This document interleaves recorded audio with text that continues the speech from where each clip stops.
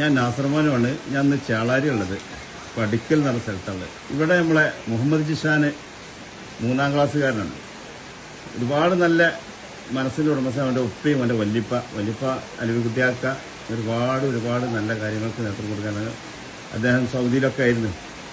അപ്പോൾ ജിഷാൻ മുഹമ്മദിന് ഒരു പുതിയ പദ്ധതി ഞങ്ങൾ തുടങ്ങി. നമ്മളിപ്പോൾ നാട്ടിൽ ഒരുപാട് കുട്ടികൾക്ക്, അതായത് 1000-ൻ്റെ ഒക്കെ മുകളിൽ കടന്നു നിധി കൊടുക്കാ പദ്ധതി. കാരണം പകുതി കാശ് അവർക്കും, അവർ സമ്പാദിക്കുന്നു, അവരുടെ കുടുംബത്തിന് കിട്ടുന്നതിനൊക്കെ പകുതി കാശ് അവർക്കും, പകുതി കാശ് നാട്ടിലെ പാലിറ്റീവിൻ്റെ പ്രവർത്തനത്തിനോ നാട്ടിലെ പാവപ്പെട്ട കുടുംബങ്ങൾക്ക് രോഗികളായ നമ്മൾ എന്ത് സഹായിക്കുമ്പോൾ അതിന് ജാതി മതവും രാഷ്ട്രീയം നോക്കരുത്. പാവപ്പെട്ടവനാണോ ഓലെ സഹായിക്കുക. അതാ പടച്ചമ്പരം നമ്മളോട് പറഞ്ഞത് കേട്ടാ. അപ്പം നിധി കൊടുക്കൽ എങ്ങനെയാണെന്ന് അറിയാം. ഇത് മാനോക്കാൻ്റെ വക. ആദ്യം ഇത് നിധി കുറുക്ക മേടിച്ചാളിൽ പകുതി നിധി കുറുക്ക മേടിച്ച 50 റുപ്യക്ക് 50 റുപ്യ എന്ത് ചെയ്യാം, ഒരു പാവപ്പെട്ട വയസ്സായവരാക്ക് അതിന് ജാതി മതം നോക്കാതെ മനുഷ്യന് കൊടുക്കണം. എന്നിട്ട് പ്രാർത്ഥിക്കാൻ പറയണം. ഏത് സ്കൂളാണ് എൻ്റെ കുട്ടി? എയിംസാ. എവിടെ? ആലുങ്ങൽ. അപ്പൊ ഇതിന്റെ കുട്ടിക്ക് നിധി കുടുക്കിക്ക് കിട്ടിയ ശേഷം പകുതി എന്റെ കുട്ടികളാ. പകുതി എന്ത് കിട്ടുമ്പോഴും വലിപ്പം തരുമ്പോഴും ഉപ്പ തരുമ്പോഴും ഒക്കെ അതിലെ പകുതി എന്ത് ചെയ്യണം, എന്റെ കുട്ടിക്കും പകുതി എന്റെ കുട്ടീന്റെ നിധി കുടിക്കലും. അതൊരു 10 മാസം ആകുമ്പോൾ ഫുള്ളാവും. അപ്പൊ നമ്മുടെ നാട്ടിലുള്ള പാലിറ്റീവിന്റെ പ്രവർത്തനം അറിയില്ല. ഒരുപാട് പാവങ്ങൾക്ക് സഹായം ചെയ്യല്ലേ. കാരണം കിടപ്പിലായ രോഗികൾ ഹോസ്പിറ്റലിൽ നിന്ന് പറയും ഇനി കുടി കൊണ്ട് കിടത്തിയാൽ മതി. അപ്പൊ അവസാന ആശ്രയം ആരാ? പാലിറ്റീവ് അല്ലേ. അതിലേക്കോ അല്ലെങ്കിൽ നാട്ടിലുള്ള എന്റെ കുട്ടീന്റെ പ്രായമുള്ള സ്കൂളിലുള്ള പാവപ്പെട്ട കുട്ടികളുണ്ടാവും.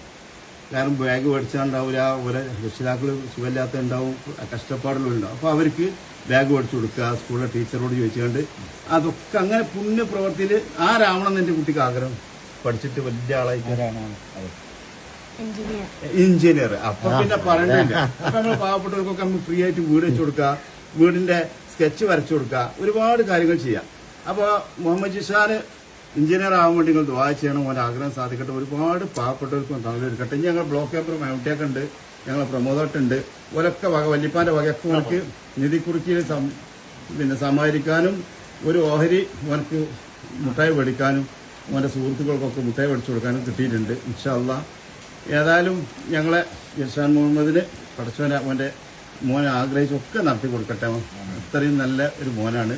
ഇങ്ങനെ ഓരോ രക്ഷിതാക്കളും സ്കൂളും കോളേജും ഇതൊക്കെ മക്കൾക്ക് കൊടുക്കുമ്പോൾ അവരെ നല്ലൊരു മനസ്സിൻ്റെ ഉടമസ്ഥനാക്കാനുള്ള കോഴ്സ്, പാവപ്പെട്ടവരെ സഹായിക്കാനുള്ള ആ ഡിഗ്രിയും കൂടി കൊടുക്കണമെന്ന് അപേക്ഷിക്കുകയാണ്. അപ്പോഴോ അത്തരത്തിലുള്ള മക്കളെ നമ്മൾ ദുനിയാവിൽ വേറെ ഒന്നും ടെൻഷൻ അടിക്കേണ്ട. കാരണം സ്വത്തിനും മോനും വേണ്ടിയിട്ട് രക്ഷിതാക്കളെ പിന്നെ അനാഥലത്ത് കൊണ്ടാക്കൂല, കുടുംബങ്ങളെ മുഴുവനും സ്നേഹിക്കും, നാട്ടുകാരെ മുഴുവൻ സഹായിക്കും.